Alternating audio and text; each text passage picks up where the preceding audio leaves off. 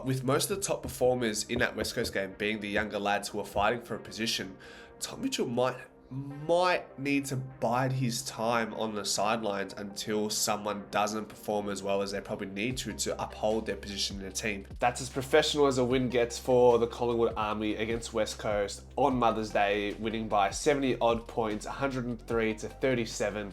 It was as one-sided as it gets, particularly in that first half. Clinical, disciplined, professional, clean below the knees coming out of the gates in that first quarter. Nick Dacos leading the Troopers out into a war against Harley Reid and co. A war of attrition from an injury standpoint leading into the game, and furthermore exacerbated during the game. The Pies were plus 29 in contested possessions, or plus 9 in clearances, and we were 59 inside 50s to West Coast's 34, and we also had 31 scoring shots to West Coast's measly 14. And yes, I do typically do a video analysis, but I want to get your feedback on more of a talking head, sort of breaking down the game and talking to the camera regarding the outcome of the game versus what I've done in the past. Let me know what your feedback is and we can go from there, whether you guys want to see more of those video analysis on a consistent basis, or if you're just happy for me to ramble on about the games that we see each week from Collingwood. So looking at the key team takeaways for the game against West Coast, number one has to be stoppage dominance. Collingwood dominated West Coast offensively from stoppage plays and defensively as well. It was something I highlighted in the preview, and I identified that West Coast had a similar stoppage profile to Carlton. Both big, heavy scorers in that source of scoring, but they also conceded quite heavily from it as well. So I thought maybe with our developing knack to score around stoppages with players like Jack Crisp and Nick Dacos being involved around those contests, I thought it was something we could take advantage of, especially with the absence of Elliot Yeo in West Coast midfield for the game. By the time the game was all said and done, Collingwood scored 71 points from stoppages. I'm pretty sure the AFL average is sitting at roughly 32 points at the moment, which is a massive tick. And a lot of those scores from stoppages came from our centre bounces. In the first half alone, we scored 7 goals from centre bounces, which is a really handy trick up your sleeve as a premiership caliber team. We've seen what moments in the centre bounce stoppages can bring to your team in a grand final. Look back at a lot of the premiership teams from recent years, they've always had an ability to score directly from a centre bounce. And if you can only look at as recent as the 2023 grand final, that centre bounce stoppage where Pendles gets a clearance, the goalie gets fed by Nick Dacos with an incredible handball, and he kicks that goal to respond immediately up, where Charlie Cameron kicked that dagger goal for Brisbane that could have sunk the ships then and there, but we had the ability to go back into the middle and respond immediately, and great premiership teams in recent times has been able to do that. So to see that be pretty much omnipresent in every quarter that we saw in that game against West Coast was great to see. And meanwhile, on the other hand, Collingwood only conceded 8 points from stoppage scores against West Coast. Like I said, it was a cornerstone of West Coast's game for the year so far. Obviously, Elliot Yeo not being there doesn't help, but in saying it, to keep an AFL team to just 8 points to score when it comes to scores from stoppages is massive, and just shows and suggests that Collingwood is slowly starting to build more of a defensive profile along with the goal scoring ability that we've seen in probably the last 5 odd matches. And while we weren't scoring heavily from turnover and from defensive half, I think we only scored 11 points from defensive half, where we're averaging roughly 4 odd goals for the season so far. It shows that Collingwood are developing this, I guess, a malleability in the sense that we're able to score from different sources in different scenarios and against different types of teams. One week it's turnover, where we absolutely killed Port Adelaide in a turnover game, or in the case against Carlton, we were great from stoppage, and once again in stoppage we're great against West Coast. So we're able to score from different areas of the game, which again signifies great character of a team that has premiership potential to go back to back. I'd probably say outside of the injuries, which we'll talk to in a moment, the only disappointing thing that came out of that game against West Coast was how we allowed them to kick 3 goals directly from their own kick-ins from their D50. The AFL average is sitting at 4 points per game, so less than a goal. We allowed West Coast to kick 3 goals straight from the kick-in source, which is unacceptable, considering when you weigh that up against the typical AFL average. It's probably something we don't want to see in the future. The next key team takeaway point was how impressive our youngsters were and the selection chaos that will ensue that performance by the young fellas. Finlay McRae was incredible. Joey Richards, wow, what a start to his career at AFL level, and given his story coming from a country league at the age of 23, what an introduction for Joe Richards. He kicked a great goal, had 3 goal assists. Some of them were handed to his VFL buddy in Finlay McRae, so that was good to see that VFL connection. He was polished, didn't fumble, and he also fulfilled the pressure forward role that is expected of every small forward Collingwood player to grace the field on a week-to-week basis. He had applied 6 tackles for the game and 23 pressure acts. So he got his pressure game going early on and was able to reap the benefits from there onwards. And Finlay McRae kicked 3 first half goals in that game while only attending 12% of the centre bounce attendances, which pointed to the fact that he really did reside along the half forward flank for the majority of the game. Is that the position that he has to settle for in the meanwhile if the midfield isn't for him, given how competitive it is in there right now? Maybe he'll have to do with that.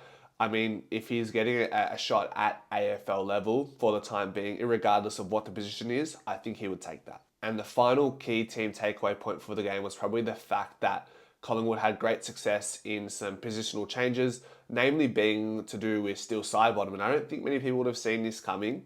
Sidey was positioned on the halfback flank, pretty much primed there to be used for his ball use, the fact that he can kick on both sides. He knows how to and understands how to use the defensive running patterns. Being a defensive winger for at least the last couple of years has nurtured him into a position where he can understand what it takes to be a halfback flanker. And with the contemporary style of the halfback flanker, needing to be not only sound defensively, but to be able to go forward and hit targets and get the ball moving, I think Steele Sidebottom really fits that I guess position and role very well. And he did that and passed in flying colours. It allowed Jeremy Howe to move forward, and we thought that was going to be a massive tick. Unfortunately, after kicking his first goal, he had suffered a groin injury, which unfortunately saw Howie subbed out of the game. So while that could have been a great success, we probably can't make a judgment on that based on the small sample size. I mean, he was subbed out within the first 10-15 minutes of the game, but having Sidebottom in the back line sort of allowed Howie to play forward, along with the fact that West Coast didn't have many ominous forwards available, with Oscar Allen and Jake Waterman being out for the game. Sidey started the game like a house on fire. He had 8 disposals, 4 contested possessions while running at 88% disposal efficiency, and it forced Noble to start the game off the bench. So how that looks from a team standpoint by the time we get to the final series and the pointy end of the season, I'm not too sure. Maybe we discuss that a little bit more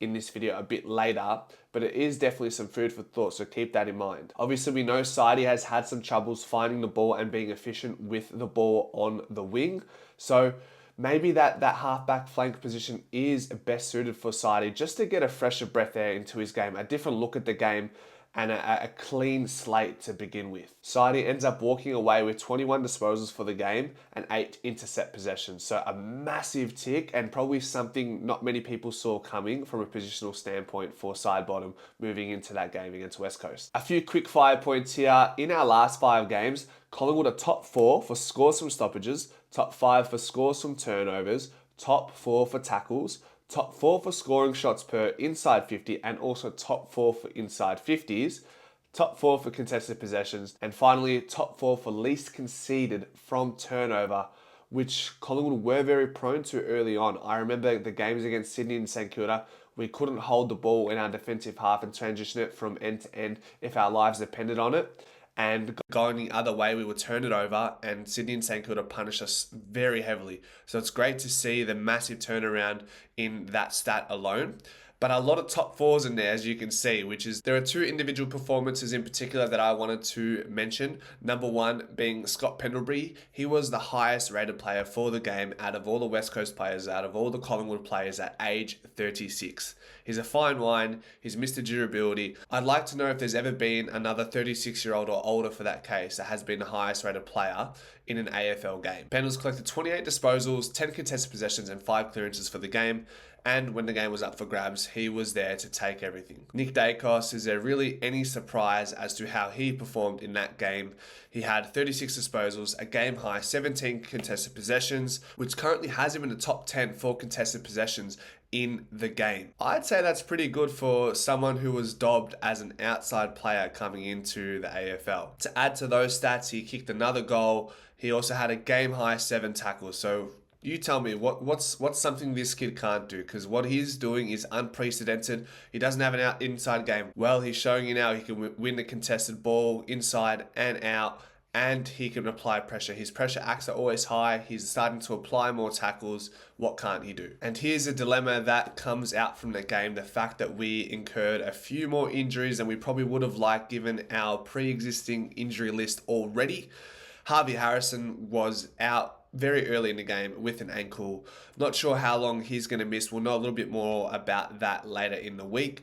But in the meanwhile, does Ed Allen, if Harvey Harrison isn't ready to go against Adelaide, does Ed Allen get a shot? He was listed on the extended squad for the game against West Coast. Didn't quite make it to the starting team, unfortunately, but maybe he can play out on the wing. He's been tried inside, in the midfield, but as well on the wing. So there is potential for that to transpire.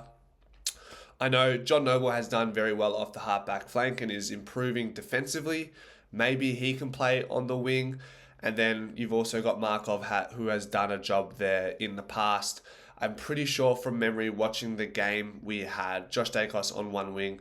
I think Lipinski may have fulfilled that role when Harvey Harrison went off as well. So there's a few, variables to consider before finalising whether Harvey Harrison's replaced by Ed Allen or someone who's already in the squad from that West Coast game. Jack Bytel, unfortunately for his Collingwood debut, he was rubbed out with a concussion and will miss at least a week. Maybe Jordan De Goey comes straight in for him, not obviously in a sub form. Jordan De Goey would start and probably push someone to the sub position because of his availability. We're still unsure as to how far off he is. He's close. On the injury list, it said 1 week before the West Coast game, so hopefully he can come in and return to the form that he was starting to show before his groin injury. Jeremy Howe's groin, given his age and time of year, you probably wouldn't want to risk him too much, and you'd probably push his, injury timeline close to 2 weeks at this point. 1 week would probably be a little bit premature, and I think it might be time to give Ash Johnson another opportunity. Not setting the world afire at VFL level, but I think he's doing just enough to encourage the coaching panel to give him another shot at AFL level while the boys are playing well, while the ball is moving well, and while forwards are getting a better look at it compared to the early start to the season where we were quite poor in pretty much every element of the game. And obviously it had a massive hindrance on the forwards that were involved in those games. So Ash Johnson's there. I don't think Kruger's quite there just yet with all the injuries and probably not performing as well as Ash Johnson in the VFL right now. Let's give Ash Johnson maybe one more shot with Howe being out, and obviously Brody Myercheck as well with a couple more weeks with that hammy. We've already got news that Beau McCreary and Billy Elliott are ruled out for another week, Beau with the concussion and Billy with the lingering back issues, which just establishes Joe Richards and Philae McRae's spot in the squad for at least another week for those two lads, and well deserved. It would be pretty not unfair, but you'd be pretty stiff if Joe Richards was to be dropped and Philae McRae after the game they had. They really led from the front early in the game along with Nick Dacos. It was really a portion of younger blokes who really stood up early and had points to prove and were able to get the early jump on West Coast. So would be great to see Joe and Finn feature again next week against Adelaide, and I think that's even more likely now with the early ruling out of Beau McCreary and Billy Elliott. For me, Tom Mitchell is the biggest question mark of them all. He was dealing initially with a foot issue and then had a bout of appendicitis, but it looks like he's likely to be available next week. But with most of the top performers in that West Coast game being the younger lads who are fighting for a position, Tom Mitchell might might need to bide his time on the sidelines until someone doesn't perform as well as they probably need to uphold their position in the team. It's a really tricky one. I'd like to get your guys' thoughts on that. But for me, if Tom Mitchell was available, I don't know if I'd bring him in for anyone who featured in that West Coast game, at least for this week against Adelaide. Anyhow, the overarching outcome from that game is Collingwood are now in the top 8. We're performing well. The stats are pointing to that as well. We're on a 6-game unbeaten streak with that draw against Essendon included in that. And then we have Adelaide at the MCG on Saturday, early afternoon, 1:45. We then travel to Perth to take on Fremantle, who have been holding their own, probably not getting the wins that they probably should have had banked early in their season. And then we take on the Dogs at Marvel Stadium. So some great games to look forward to, and hopefully the young studs in our team can continue to build on their form that we saw in the West Coast game. See you guys. Bye.